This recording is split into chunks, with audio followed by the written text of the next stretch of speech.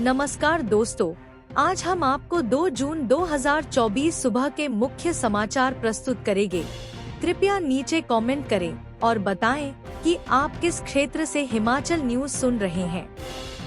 हिमाचल के विकास, पर्यटन और सामाजिक क्षेत्र की ताज़ा जानकारी के लिए हमारे चैनल को सब्सक्राइब करें और अपडेट के लिए हमें फॉलो करें। समाचार नंबर 1। हिमाचल इलेक्शन, यह चुनाव जनता को जीतना पड़ेगा।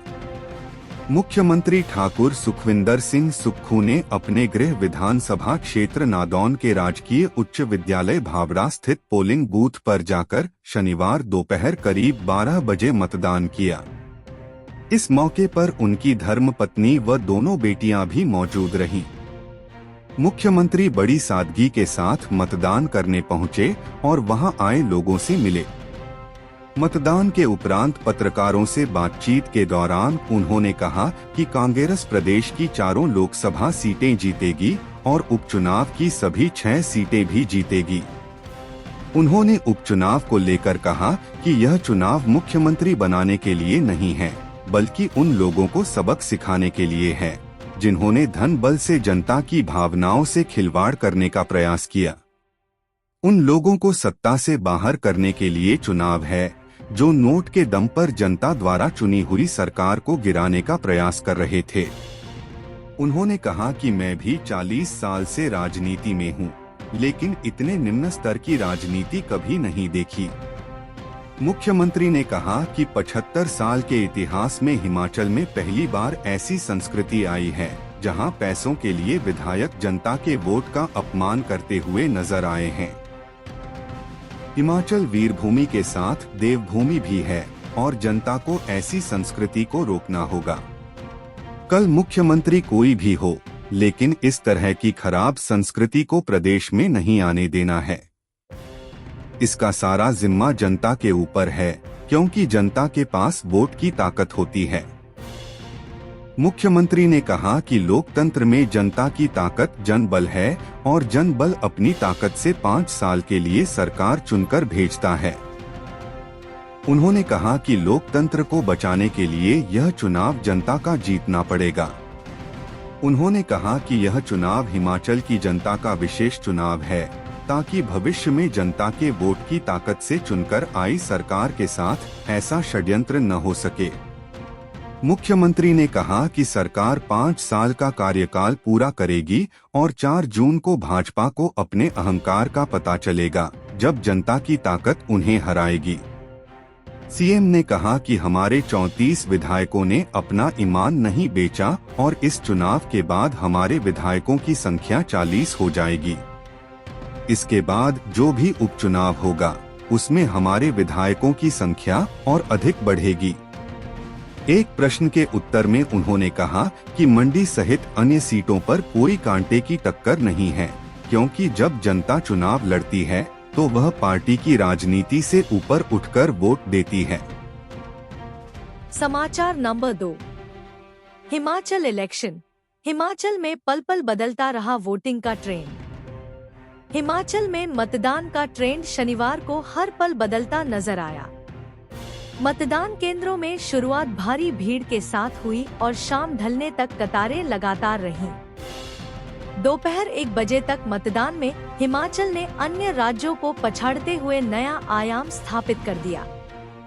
प्रदेश में 1 बजे तक 48.53% मतदाताओं ने अपने मताधिकार का इस्तेमाल किया था। हालांकि 1 से 5 बजे के बीच कड़ी धूप ने मतदाताओं वोट डालने पहुंचने के क्रम में थोड़ा खलल जरूर डाला, लेकिन 5 बजे के बाद एक बार फिर भीड़ केंद्रों के बाहर बढ़ गई। सुबह 7 बजे से शुरू हुए मतदान में 9 बजे तक 14% से ज्यादा वोटर मतदान कर चुके थे। आगामी 2 घंटे में 17% से ज्यादा मतदाताओं ने अपने मताधिकार का इस्तेमाल किया। शुरुआती 4 घंटे में 31.92% मतदान दर्ज हुआ है, जबकि दोपहर 1 बजे तक रिकॉर्ड 48.63% मतदान पहुंच गया। सुबह 11 से 1 बजे के बीच 16.71 मतदान हुआ है। हालांकि दोपहर 1 बजे से 3 बजे के बीच मतदान में भारी कमी देखने को मिली है। 1 से 3 बजे के बीच में महज 9.71% ही मतदान हुआ है। मतदान का यह प्रतिशत पूरे दिन में सबसे कम रहा। दोपहर 3 बजे तक 58.41% मतदान हुआ। इनमें मंडी में सबसे ज्यादा 61.03%, शिमला में 59.18%, हमीरपुर में 57.72% तो कांगड़ा में 55.59% मतदान हुआ है। दोपहर को कम मतदान होने की बड़ी वजह प्रदेश के निचले हिस्से में बढ़ती गर्मी को बड़ा कारण माना जा रहा है। दोपहर में 3 से 5 बजे तक 8.15% मतदान हुआ है। शुरुआती 6 घंटे में 48.63% मतदान हुआ, जबकि आगामी 4 घंटे में 17.86% ही मतदान हो पाया। शाम 5 बजे तक 66.56% मतदान दर्ज किया गया। प्रदेश में कुल मतदान का आंकड़ा इस बार 70% के पार जाने की संभावना है। समाचार नंबर 3। गलत ईवीएम लगाने पर अफसर सस्पेंड, कोताही पर डीसी ने लिया एक्शन। लोकसभा चुनाव के साथ गगरेट में हो रहे विधानसभा उपचुनाव के लिए शनिवार को हुए मतदान के दौरान एक मतदान केंद्र पर ऐसी कोताही हुई कि उस बूथ पर दोबारा मतदान करवाने की नौबत आ जाती। यहां सांसद चुनने के लिए हो रहे मतदान के दौरान ईवीएम में आई गड़बड़ी के चलते पीठासीन अधिकारी ने सांसद के मतदान के लिए रखी गई ईवीएम की जगह भी विधायक को मतदान करने के लिए प्रयोग की जा रही ईवीएम ही रख दी। कुछ देर मतदान चलने के बाद गलती पकड़ में आई तो आनन फानन में मतदान रुकवाकर ईवीएम बदली गई। इसका कड़ा संज्ञान लेते हुए उपायुक्त एवं सहायक निर्वाचन अधिकारी ऊना जतिन लाल ने पीठासीन अधिकारी व सेक्टर ऑफिसर को तुरंत प्रभाव से निलंबित कर दिया है। जानकारी के अनुसार शनिवार सुबह लोकसभा चुनाव के साथ गगरेट में हो रहे विधानसभा उपचुनाव के लिए मतदान शुरू होने से पहले मॉक पोल के दौरान सांसद चुनने के लिए रखी गई ईवीएम में खराबी आ गई। इस पर गगरेट विधानसभा क्षेत्र के बूथ नंबर 1 मंदवाड़ा के पीठासीन अधिकारी ने सांसद को मतदान करने के लिए रखी गई ईवीएम के स्थान पर भी विधायक को चुनने वाली ईवीएम ही रखवा दी। बताया जा रहा है कि 56 मतदाता मत का प्रयोग भी कर गए, तब जाकर यह गलती पकड़ में आई। मामला उच्चाधिकारियों के ध्यान में आया तो तत्काल ईवीएम बदली गई। यही नहीं बल्कि उन मतदाताओं को भी मतदान के लिए वापस बुलाया गया जो मतदान कर चुके थे। मामला उपायुक्त एवं सहायक निर्वाचन अधिकारी जतिन लाल के ध्यान में आया तो उन्होंने इसे बड़ी लापरवाही मानते हुए पीठासीन अधिकारी व सेक्टर अफसर को निलंबित किया है। उधर विधानसभा क्षेत्र गगरेट में ही मतदान शुरू होने से पहले करीब आधा दर्जन ईवीएम में खराबी की रिपोर्ट हुई। इसके चलते कुछ मतदान केंद्रों पर देरी से मतदान शुरू हुआ। सहायक निर्वाचन अधिकारी जतिन लाल ने बताया कि मंदवाड़ा में हुई लापरवाही के लिए पीठासीन अधिकारी व सेक्टर अफसर को निलंबित किया गया है। उन्होंने कहा कि मंदवाड़ा में मतदान सुचारू रहा। समाचार नंबर 4। आरा मशीन में सुलगी लपटें, अचानक भड़की आग से 50 लाख का नुकसान। विधानसभा क्षेत्र जवाली के अधीन नगरोटा सूरिया के समीप ठाकुर टिम्बर आरा मशीन गलुआ में लगी आग के कारण 50 लाख का नुकसान हो गया तथा लोगों ने बड़ी सूझबूझ व हिम्मत से 7 लगते घरों को आग की चपेट में आने से बचाया। अगर 7 लगते घरों में आग पहुंच जाती तो बड़ा नुकसान हो सकता था। आग इतनी भयावह थी कि अग्निशमन विभाग की टीमों को भी कड़ी मशक्कत करनी पड़ी। बार बार 7 लगती खड्ड से पानी भरकर लाना पड़ रहा था।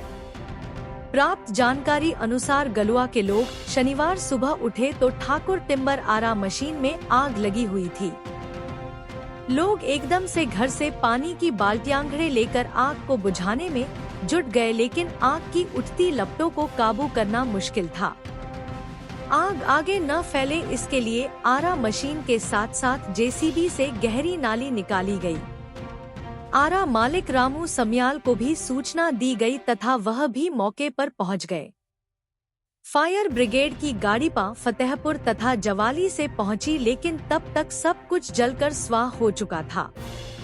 रामू समयाल ने बताया कि करीबन 50 लाख का नुकसान हुआ है। नगरोटा सूर्या चौकी से पुलिस व पटवारी मौके पर पहुंच गए तथा नुकसान का आकलन किया। आग लगने के कारणों का अभी पता नहीं चला है। डीएसपी जवाली वीरी सिंह ने बताया कि पुलिस आग के कारणों का पता लगाने में लगी हुई है। समाचार नंबर 5। हिमाचल इलेक्शन, मतदान के लिए नहीं मिला अवकाश, ये कर्मचारी नहीं दे पाए वोट। मुख्यमंत्री सेवा संकल्प हेल्पलाइन के कर्मचारियों को हिमाचल प्रदेश में मतदान के दिन कंपनी प्रबंधन और संबंधित विभाग की ओर से सवैतनिक अवकाश प्रदान नहीं किया गया। कर्मचारियों ने शिकायत की है कि कर्मचारियों के द्वारा जब मतदान के दिन अवकाश के बारे में कंपनी प्रबंधन से बात की गई, तो कंपनी के ऑपरेशन मैनेजर राजेश सिंह द्वारा अवकाश देने से साफ इनकार किया गया। साथ ही कोई भी लिखित स्टेटमेंट देने से भी मना किया गया और टालमटोल करने की कोशिश की गई। इस विषय पर संबंधित डिपार्टमेंट की ओर से भी कोई स्पष्टीकरण नहीं दिया जा रहा है और न ही कोई नोटिफिकेशन जारी की गई है। मुख्यमंत्री सेवा संकल्प हेल्पलाइन 1100 की ओर से आपातकालीन सेवाएं प्रदान नहीं की जाती हैं। फिर भी मुख्यमंत्री सेवा संकल्प हेल्पलाइन के कर्मचारियों को मतदान के लिए अवकाश नहीं दिया गया। हालांकि बाकी सभी सरकारी विभागों और निजी संस्थानों में भी मतदान के लिए अवकाश दिया गया है। हेल्पलाइन के बहुत से कर्मचारियों को हेल्पलाइन कार्यालय से अपने घर के लिए आने जाने में एक दिन से अधिक समय लग जाता है। कर्मचारियों का कहना है कि इस पर कंपनी के कुछ कर्मचारियों ने जब ऑपरेशन मैनेजर राजेश सिंह से मतदान के लिए घर जाने की बात कही, तो कंपनी के ऑपरेशन मैनेजर राजेश सिंह द्वारा उन्हें मतदान के दिन के लिए सवैतनिक अवकाश नहीं दिया गया। उल्टा कर्मचारियों का आरोप है कि उन्हें धमकी भी दी गई कि यदि वे एक दिन में वापस नहीं लौटते हैं, तो कंपनी प्रबंधन द्वारा उनके खिलाफ कोई भी कार्रवाई की जा सकती है। समाचार नंबर 6। हिमाचल इलेक्शन, 4 जून को खुलेंगे प्रदेश के स्ट्रांग रूम। प्रदेश में लोकसभा चुनाव और विधानसभा उपचुनाव का मतदान पूरा होने के बाद अब सभी विधानसभा क्षेत्रों के लिए अलग अलग स्ट्रांग रूम बनाया गया है। यहाँ 3 लेयर सिक्योरिटी में ईवीएम रखी जाएंगी। इस वेयर हाउस के स्ट्रांग रूम में डबल लॉक होगा। यही ईवीएम अब 4 जून को मतगणना के दिन ही खुलेंगी। प्रदेश के वेयर हाउस में ट्रिपल लेयर सुरक्षा में ईवीएम रखी जाएगी। लोकसभा चुनाव और विधानसभा उपचुनाव के मतदान के बाद प्रदेश की ईवीएम वेयर हाउस में ट्रिपल लेयर सुरक्षा में रखी गई है। ईवीएम के लिए केंद्रीय सुरक्षा बलों सहित पुलिस जवानों का सख्त पहरा लगाया है। वेयर हाउस की सुरक्षा में तैनात किए सभी जवान हथियारों से लैस हैं। पहले घेरे में केंद्रीय सुरक्षा बलों को तैनात किया है। दूसरे घेरे में IRBN के जवानों नजर रखे हुए हैं। तीसरे घेरे की सुरक्षा में जिला पुलिस के जवान तैनात किए गए हैं। ईवीएम की सुरक्षा को पहले घेरे में ITBP जवानों की 16 कंपनियां तैनात की गई हैं। ईवीएम के लिए प्रदेश भर में अलग अलग जगहों पर 75 वेयर हाउस बनाए हैं। वेयर हाउस में 3 लेयर की सुरक्षा तैनात की गई है। सुरक्षा में तैनात किए सभी जवान हथियार बंद हैं, जिसमें पहले घेरे में केंद्रीय सुरक्षा बलों को तैनात किया गया है। दूसरे घेरे में HP IRBN के जवानों को तैनात किया है। 4 जून को मतगणना के दिन तक वेयर हाउस में ट्रिपल लेयर की सुरक्षा रहेगी। चुनाव के लिए प्रदेश भर में केंद्रीय सुरक्षा बल की 70 कंपनियां तैनात की गई हैं। समाचार नंबर 7। हिमाचल इलेक्शन, डा राजीव बिंदल बोले, मोदी देश की आवश्यकता। प्रदेश अध्यक्ष डा राजीव बिंदल ने कहा कि पीएम मोदी देश की आवश्यकता है। मोदी के नेतृत्व में देश आगे बढ़ रहा है। हिमाचल प्रदेश में 4 लोकसभा चुनाव हैं और 6 उपचुनाव हैं। ये सभी चुनाव भाजपा जीतने वाली है। लोकसभा में चौका और विधानसभा उपचुनाव में छक्का लगना निश्चित है। जनता का मूड मोदी के साथ है। श्री बिंदल ने कहा कि वित्त वर्ष 2023 से 24 की चौथी तिमाही में जीडीपी वृद्धि के आंकड़े हमारी अर्थव्यवस्था में मजबूत गति को दर्शाते हैं, जो आगे और भी तेज होने वाली है। देश के मेहनती लोगों के लिए धन्यवाद, जिनकी बदौलत 2023-24 में विकास दर 8.2% रही है। डा राजीव बिंदल ने कहा कि यह वृद्धि इस बात का भी उदाहरण है कि भारत वैश्विक स्तर पर सबसे तेजी से बढ़े वाली प्रमुख अर्थव्यवस्था बना हुआ। जैसा कि मैंने कहा, यह आने वाली चीजों का सिर्फ एक ट्रेलर है। सरकार की तरफ से शुक्रवार को जारी किए गए वित्त वर्ष 2023 से 24 और जनवरी से मार्च 2024 तिमाही के आर्थिक आंकड़े प्रधानमंत्री नरेंद्र मोदी की तरफ से अर्थव्यवस्था की नींव मजबूत होने के दावे की तस्दीक करते हैं। पिछले वित्त वर्ष में भारत की आर्थिक विकास दर 8.2% रही, जो 2022 से 23 की 7% से ज्यादा है। जनवरी से मार्च 2024 में विकास दर 7.8% रही है, जो पिछले वित्त वर्ष की समान तिमाही की 6.2% से अधिक है। हालांकि यह चालू वित्त वर्ष की तीसरी तिमाही अक्टूबर-दिसंबर 2023 की 8.6% से कम है। आरबीआई ने एक दिन पहले ही कहा था कि भारत की अर्थव्यवस्था 1 दशक तक तेज विकास दर हासिल करने के लिए तैयार है। सांख्यिकीय व कार्यक्रम क्रियान्वयन मंत्रालय की तरफ से जारी आंकड़े इसी तरफ इशारा करते हैं। समाचार नंबर 8। हिमाचल इलेक्शन चुनाव में नजर आया मतदाताओं का उत्साह। मुख्य निर्वाचन अधिकारी मनीष गर्ग ने लोकतंत्र के महापर्व में अपनी सहभागिता सुनिश्चित कर इसे सफल बनाने के लिए प्रदेश के मतदाताओं का आभार व्यक्त किया। उन्होंने कहा कि हिमाचल के लोगों ने मतदान प्रक्रिया में उत्साह के साथ भाग लिया। उन्होंने कहा कि भारत चुनाव आयोग तथा हिमाचल निर्वाचन विभाग के सतत प्रयासों तथा लोगों की भागीदारी से ही प्रदेश में सफल मतदान संभव हो पाया है। उन्होंने मतदान में रुचि दिखाने और लोकतांत्रिक प्रक्रिया में योगदान देने के लिए पहली बार भाग लेने वाले युवा मतदाताओं और बुजुर्ग मतदाताओं, महिला मतदाताओं सहित दिव्यांगजन मतदाताओं सहित सभी श्रेणी के मतदाताओं का भी विशेष रूप से आभार व्यक्त किया। मनीष गर्ग ने भारत निर्वाचन आयोग, विशेषकर मुख्य चुनाव आयुक्त राजीव कुमार का समय समय पर निर्वाचन विभाग का निरंतर मार्गदर्शन करने के लिए आभार व्यक्त किया। उन्होंने कहा कि राज्य में मतदान शांतिपूर्ण रहा, जिसके लिए निर्वाचन विभाग द्वारा समुचित व्यवस्था की गई थी। दूर दराज के क्षेत्रों में भी लोग पूरे जोश और उत्साह के साथ मतदान के लिए पहुंचे। प्रदेश में पूर्ण महिलाओं ने संचालित 195, दिव्यांगजनों ने 28 और युवाओं ने 54 मतदान केंद्र संचालित किए गए। उन्होंने बताया कि इसके अतिरिक्त 280 आदर्श मतदान केंद्र स्थापित किए गए थे। साथ ही हमीरपुर, ऊना, चंबा, किन्नौर जैसे कई जिलों में छोटे बच्चों के लिए क्रेच की व्यवस्था भी की गई थी। इसके अतिरिक्त निचले क्षेत्रों में गर्मी से बचाव के लिए मतदान केंद्रों में शामियानों की व्यवस्था के साथ साथ वोटरों को ORS घोल, स्वास्थ्य किट इत्यादि की व्यवस्था भी की गई। समाचार नंबर 9। भाजपा प्रत्याशी बेटे पर धोखाधड़ी का मामला। बंगाणा पुलिस थाना में कुटलैहड़ से भाजपा प्रत्याशी देवेंद्र कुमार भुट्टो व उनके बेटे के खिलाफ धोखाधड़ी का मामला दर्ज हुए हैं। पुलिस ने लोक निर्माण विभाग बंगाणा के एक सीएन सुरेश कुमार धीमान की शिकायत पर देवेंद्र कुमार भुट्टो व करण कुमार के खिलाफ 2 मामले दर्ज किए हैं।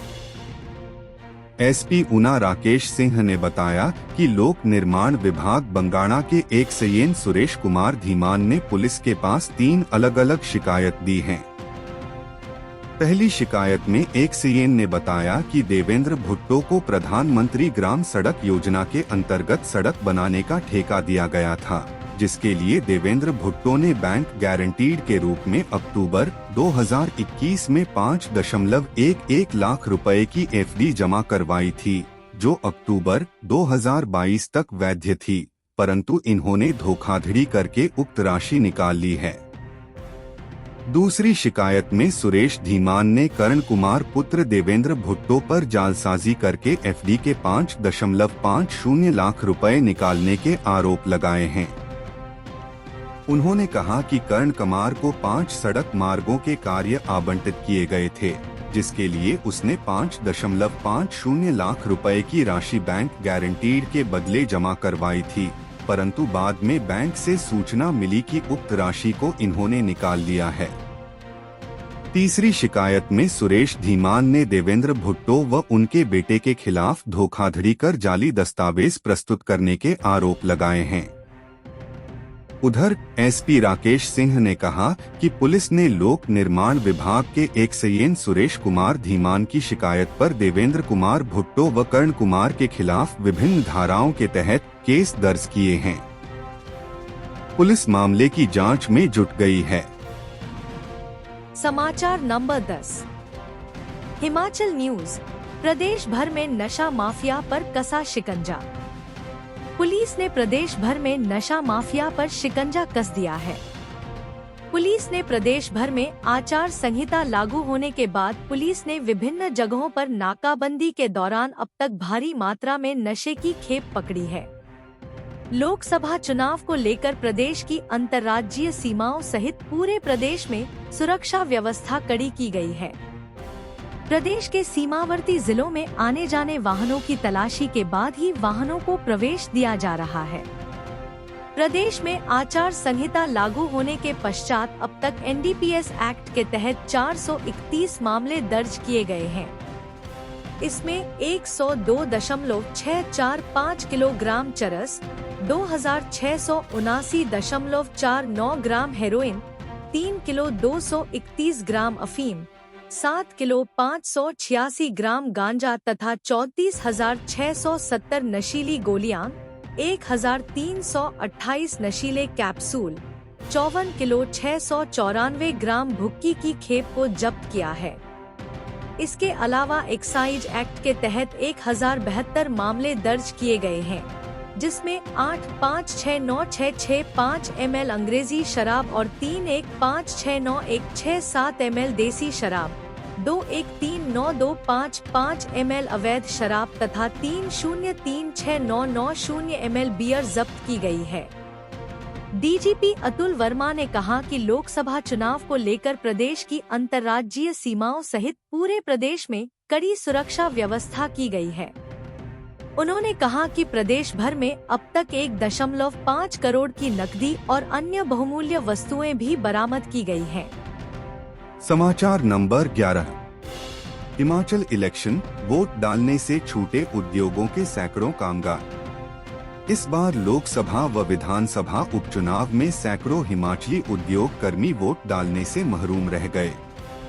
वजह यह रही कि अधिकतर कंपनियों ने उद्योग कर्मियों को एक्स्ट्रा छुट्टी से मनाही कर दी और रविवार को हर सूरत ड्यूटी जाने की हिदायतें दे दी, जिसका असर यह रहा कि दूर जाने वाले उद्योग कर्मियों ने मतदान से किनारा करना ही बेहतर समझा। इसके अलावा जो कुछ जाना चाहते थे, उन्हें आने जाने के लिए परिवहन की व्यवस्था समय पर नहीं मिली और जाने से गुरेज कर गए। कई उद्योग कर्मियों का कहना है कि उन्हें उम्मीद थी कि चुनावी बेला है, अतिरिक्त बसें चलेगी, लेकिन ऐसा कुछ नहीं हुआ। बद्दी में सैकड़ों हिमाचली कामगार अपने अपने घर जाने के लिए देर रात तक बस सुविधा की तलाश में भटकते रहे।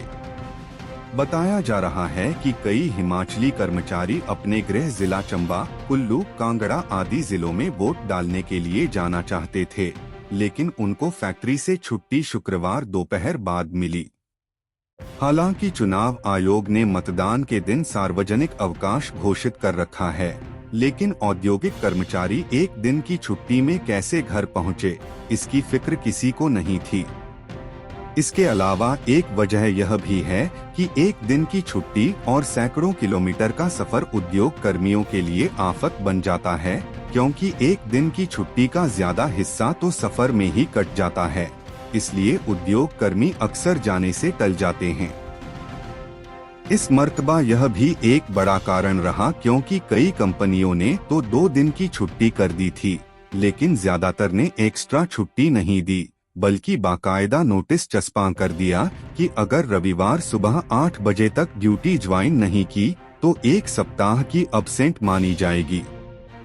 ऐसे हालात के चलते उद्योग कर्मियों ने घर जाने के बजाय रुकने में भलाई समझी। वहीं कुछ महंगी टैक्सी कर तो कुछ लिफ्ट लेकर रवाना हुए, लेकिन बड़ी तादाद बद्दी में रहने को मजबूर रही। हमीरपुर और मंडी संसदीय क्षेत्र के मतदाता समय से अपने अपने घरों के लिए रवाना हो गए थे। बताया जा रहा है कि इनके लिए उनके हलके के समाज सेवियों ने बाकायदा वाहनों की व्यवस्था की थी।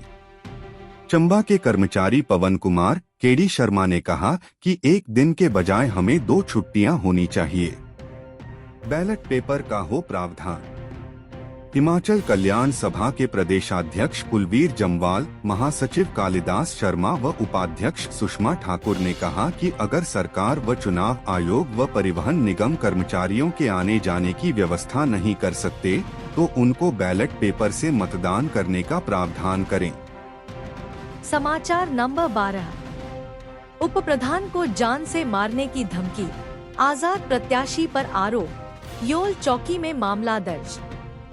धर्मशाला उपचुनाव में आजाद प्रत्याशी राकेश चौधरी के खिलाफ पुलिस विभाग में मामला दर्ज किया गया है। यह मामला पद्दर पंचायत के उप प्रधान बॉबी गोस्वामी की शिकायत पर योल पुलिस चौकी में दर्ज किया गया है तथा जांच की जा रही है। पद्दर पंचायत के उप प्रधान बॉबी गोस्वामी ने अपनी शिकायत में कहा है कि वह स्कूल में स्थापित पोलिंग बूथ के बाहर अपनी चाची और अन्य रिश्तेदारों के साथ बातचीत कर रहा था। इतने में आजाद प्रत्याशी राकेश चौधरी, जो कि स्थानीय निवासी है, अपनी कार से उतरकर और गाली गलौज करता हुआ आ गए और मुझे जान से मारने की धमकी देने लगा। साथ में यह कहने लगा कि भविष्य में इसके भयंकर परिणाम होंगे। इस पर ड्यूटी पर तैनात एसआई करतार सिंह पखरेटिया शोर सुनते ही राकेश चौधरी को समझाकर अपने साथ लेकर चले गए। उधर ग्राम पंचायत पद्दर उप प्रधान बॉबी गोस्वामी ने बताया कि एसपी कांगड़ा और योल पुलिस चौकी में आजाद प्रत्याशी राकेश चौधरी के खिलाफ शिकायत दर्ज करवाते हुए उचित कार्रवाई की मांग की है।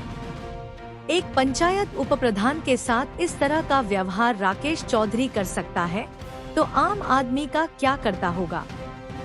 उधर धर्मशाला से आजाद उम्मीदवार राकेश चौधरी ने कहा कि उप प्रधान बॉबी गोस्वामी लोगों को भड़काकर इधर-उधर मतदान करने के लिए कह रहा था, जिस कारण मैंने उसको रोकने की कोशिश की तो उसने मेरे ऊपर गंभीर आरोप लगा दिए। समाचार नंबर 13। हिमाचल इलेक्शन उपचुनाव वाली 6 सीटों पर बम्पर वोटिंग। उपचुनाव वाली सभी 6 सीटों पर बम्पर वोटिंग देखने को मिली है। बड़सर में जरूर आंकड़े कमजोर रहे हैं, लेकिन अन्य सीटों पर मतदान में काफी तेजी देखने को मिली है। शाम 6 बजे तक लाहौल स्पीति में सबसे ज्यादा 75.09% मतदान दर्ज किया गया है। निर्वाचन विभाग के अनुसार मतदान प्रतिशत में हल्का उछाल आने की संभावना है, लेकिन अंतिम आंकड़े पोलिंग पार्टियों के वापस आने पर ही साफ हो पाएंगे। 11 बजे तक मतदान। लाहौल स्पीति 30.98%, कुटलैहड़ 31.90%, गगरेट 29%, धर्मशाला 27.30%, सुजानपुर 26.30%, बड़सर में 22%। 1 बजे तक मतदान। लाहौल स्पीति 55.35%, कुटलैहड़ 49%, गगरेट 44.63%, सुजानपुर 42.02%, धर्मशाला 41.14%, बड़सर 35%। 3 बजे तक मतदान।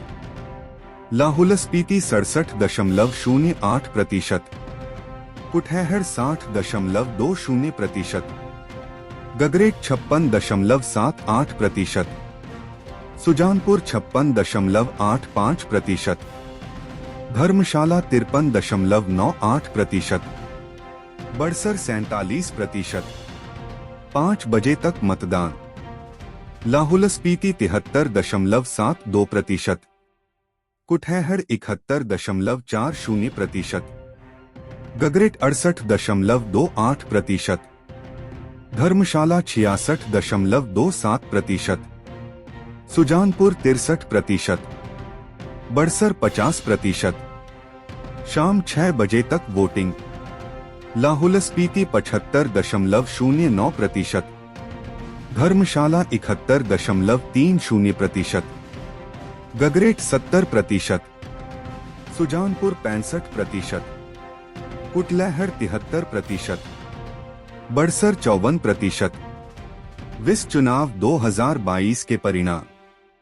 सुजानपुर में कांग्रेस 27,679 49.79%, भाजपा 27,280 49.07%, बड़सर कांग्रेस 30,293 48.16%, भाजपा 16,501 26.23%, धर्मशाला कांग्रेस 27,323 45.53%, भाजपा 24,380 44.45%, लाहौल स्पीति कांग्रेस 9,948 52.91%, भाजपा 8,332 44.32%, कुटलैहड़ कांग्रेस 36,636 54.84%,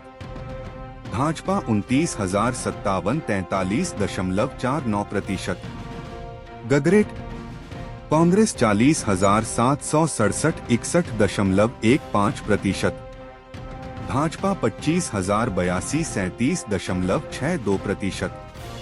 परिवार संघ सिद्ध बाबा चानो मंदिर पहुंचे सीएम।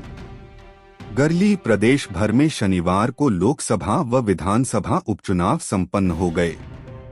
इसके बाद देर सायं मुख्यमंत्री सुखविंदर सिंह सुक्खू अचानक अपने परिवार सहित गर्ली के निकटचरती गांव डांगड़ा के सुप्रसिद्ध ऐतिहासिक शक्तिपीठ प्राचीन सिद्ध बाबा चानो मंदिर पहुंचे। इस दौरान सीएम सुखविंदर सिंह सुक्खू ने परिवार सहित मंदिर में विधिवत पूजा अर्चना की। पुजारी वर्ग 12 मुख्यमंत्री सुखविंदर सिंह सुक्खू को बाबा चानो सिद्ध बाबा की मूर्ति भेंट कर चुनावों में सीएम और उनकी पार्टी की कामयाबी के लिए प्रार्थना की।